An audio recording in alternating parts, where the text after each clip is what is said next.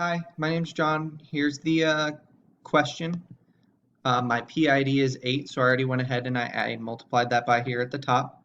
So my first steps for the code is to take the hex values and apply this table here to get the binary values. Once I get my binary values, I'll take the first 6 from the memory instruction, or first 6 bits to put towards my memory instruction in the form of my opcode down here. I did use an online instruction reference courtesy of Idaho.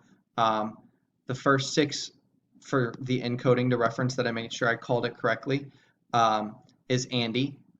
So it's an add immediate, so that'll take up the first 6 bits, but because there's an immediate code call at the end of the function, it'll take up 16 bits at the end of the memory instruction. So that only leaves me with 10 bits left of memory since MIPS can only take 32 bits. So that leaves 5 and 5 for the RS variable and the RT variable. So the next 5 after the opcode is turns from this binary to decimal number 4, which referencing to the register file values turns into $A0. Doing the same thing with the RT, with the first 5 values after that, turns into the decimal value 10. Referencing the register file values, it turns into $T2. RT and RS actually swap places when you're doing it because RT is the source and you're adding RS to the immediate function. So this is what the end value should look like, Andy $T2 plus equals, $T2 equals $A0 plus the immediate function, the remainder. Thank you.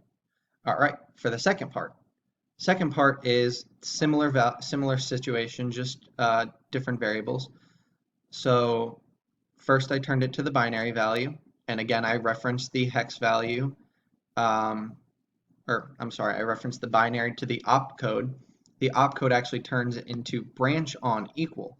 Now branch on equal is only true if this is that.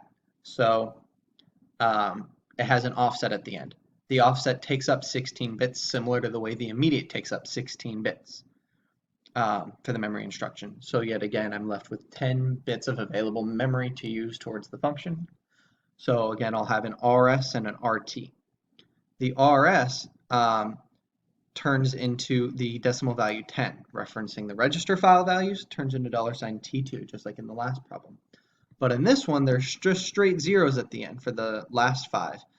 And so it'll turn into $T0. Now that means that it is a constant 0 no matter what. So again, the RT and the RS will swap places. So this is a branch on equal if $0 equal $T2. And again, this is the offset value at the end. Thank you for watching my video. Subscribe and like.